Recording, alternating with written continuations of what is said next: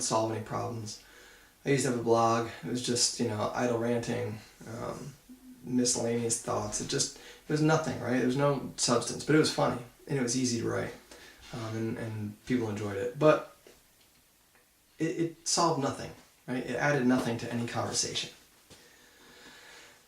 Now, this is going to be a little bit of a rant, so I apologize for that, but it's got to happen.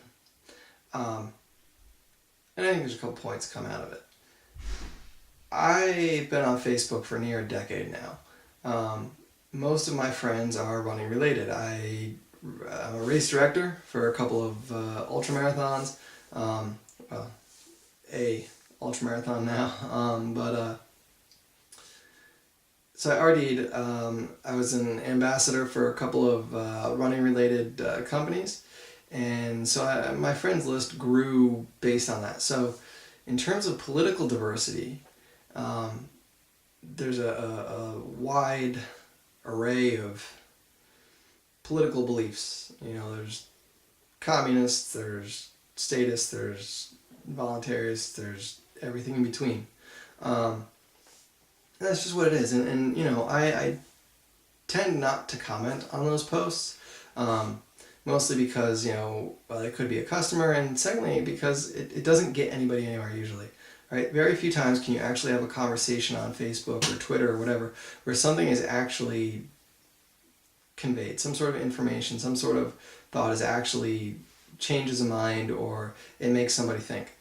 A lot of the times people post stuff and it's just their mind is already made up, and you can tell, right? When you read the words, it's either inflammatory or it's just, this is the way it is, and there's no going anywhere with that. So I leave it alone. The other day, I came across a post from a guy who's in his 60s. He's fairly green type of guy, and he put a post up there, something about, I couldn't follow it all.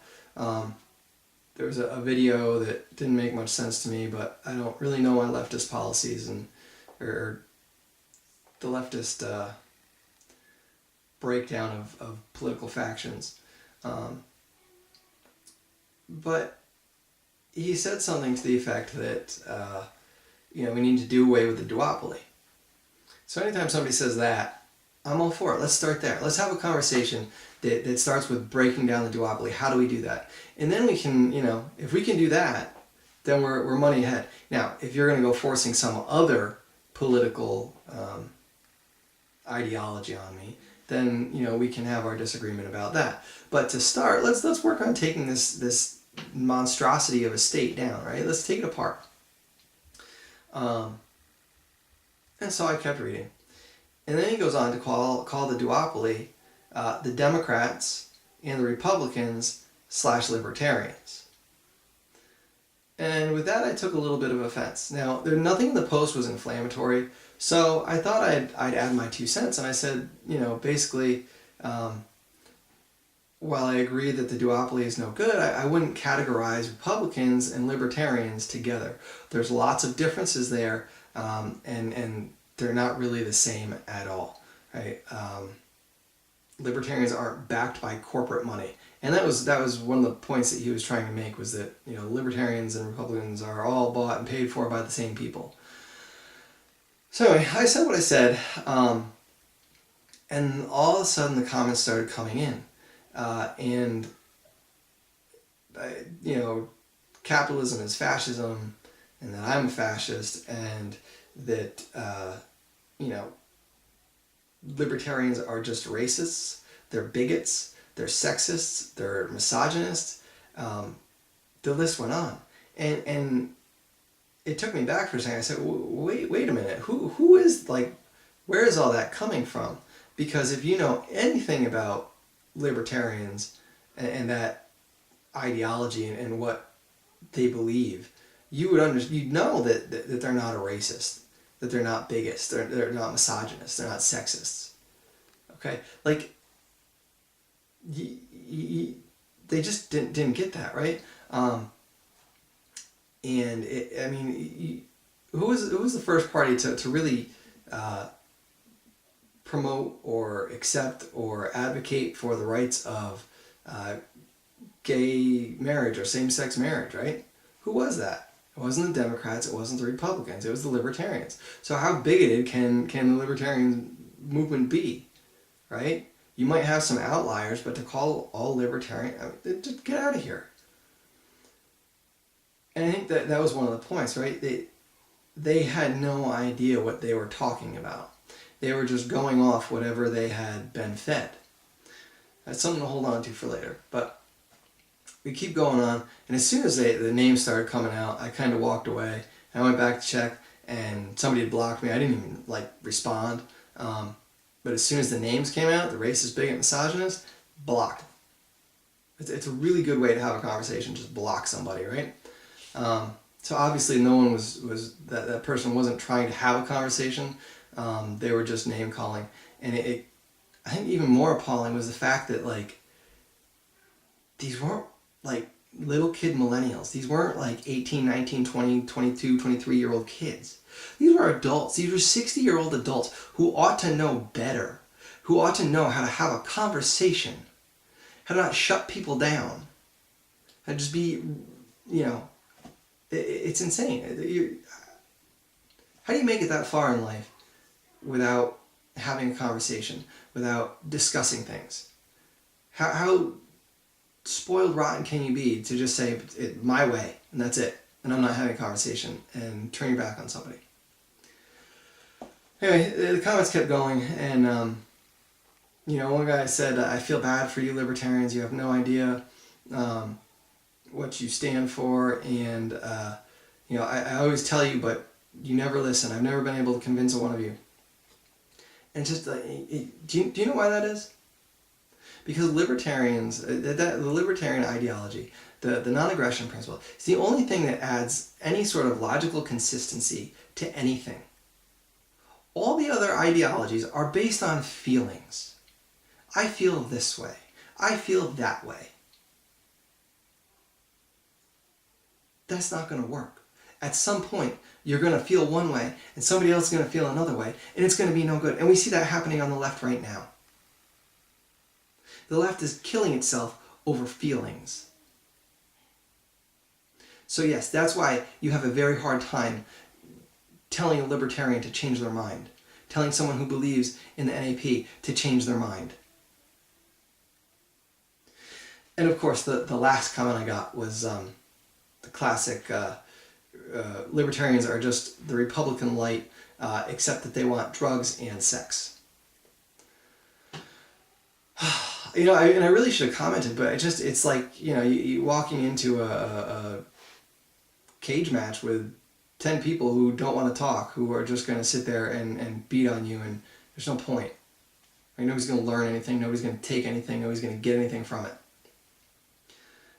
Yes, libertarians are okay with drugs, right? Or not okay, but if that's what you want to do, that's up to you. As long as it doesn't affect me, that's fine. Go ahead, do it on your own time, do it on your own accord. Don't bother me with it. I have no use for drugs in my life. But if you do, that's okay. I don't necessarily respect that. I don't necessarily think that's a good thing. 95% of people at least are going to tell you heroin is not a good idea. But it's your call. It's your decision. There's nobody else involved. One person.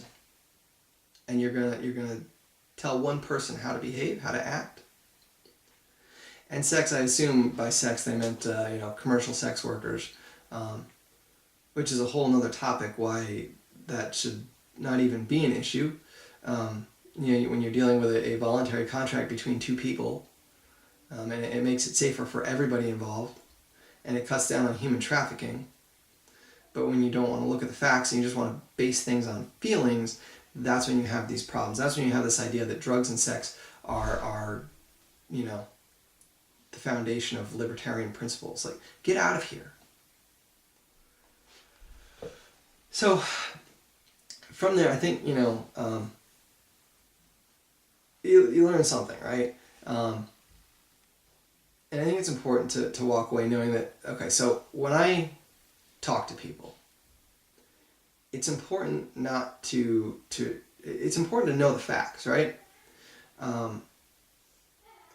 Clearly these people, right, calling libertarians Republican light, calling them racists, calling them misogynists, they had no idea, right? They have no concept of libertarian ideology. None. So automatically, anything they have to say, it loses all its value. They lose all credibility. Because from the get-go, they're full of fallacies. You know, and there's lots of things you see on Facebook or somebody saying something, and you know, I'd love to chime in and say something, but you know, I don't necessarily have all of the knowledge base. So I'm not going to take on that argument because you know what? I don't know. I think they're probably wrong, but I haven't done the research to know that they're wrong. So I'm not going to say anything. Because I don't want to look like a moron, and because, you know what? I don't know. Maybe they are right. But I need to do my research and figure it out. When I start reciting facts from CNN or Fox News or the Huffington Post, when I start spouting opinion pieces from you know, the Daily News, I lose all credibility. Right? Know what you're saying. Know the facts behind what you're saying. Know where it comes from and know why. And you know your other side, because look, when someone comes to you with a policy that you disagree with, it's important to understand that so you can take it apart. If you don't understand, then you can't take it apart. You know, and I think it's important too, we learn to talk peacefully with one another. There are certain times that hitting someone in the face with words is appropriate. Right? It's fine to have an argument. It's fine to do that. There are certain times, you know, when you need to have a conversation. And you don't start a conversation with taxation is theft, with, you know, bashing troops because they're starving Yemenis children. Now those are important points, and those are things that should not be let go. But if you say something like that to a veteran, you're not going to get anywhere. Right? If that's the first thing out of your mouth, you're not going anywhere. That conversation is done before it started. So know what you're going to say, know who you're saying it to, and know how to start a conversation, right? Know how to carry on that conversation. Right? If Jesus sat down with people and had fish and bread, right? He fellowshiped with a bunch of people over food, over fish and bread. He shared with them. Now, he didn't agree with all those people. All those people didn't agree with him. But guess what? He made some converts that way, right? He got his message across that way. Do you think he would have been able to get his message across, his point across, if he started throwing bread at people and hitting them in the face with raw, cold fish? I don't think so. So know what you're doing, know who you're talking to, know your audience. And it just, I guess that's it. You know, it's hard to learn from when you're just irate like that. Like I was just pissed, and it just frustrated me that people are so stupid and just repeat things. And grown adults, not even young adults that haven't experienced things, grown adults that should know better, that should have some concept of what's going on, have zero clue. Now, I have a deep respect for my elders. They've been there, they've seen things, they've done things that I haven't done. If somebody else has done something before me and I can learn from it, I will. I would rather not repeat the same mistakes that somebody else has if I don't have to. But when you're obviously just being closed-minded and not open to anything, just forget it. Just go away. Right? Like just curl up into your hole with all your other political friends that are the same inane nonsense that you are. Like, and that's why we just don't get it. I just don't get it. You know, that's why we have this breakdown. That's why we're so polarized, because people don't understand the other side, because people believe whatever the media puts out there. People believe whatever they want to believe. It's all based on feelings. And it doesn't need to be. It can't be. We will get nowhere together if we just base everything on feelings. Anyway, I guess that's all I'm saying. I don't know. Know your audience, I guess, which I probably don't know right now.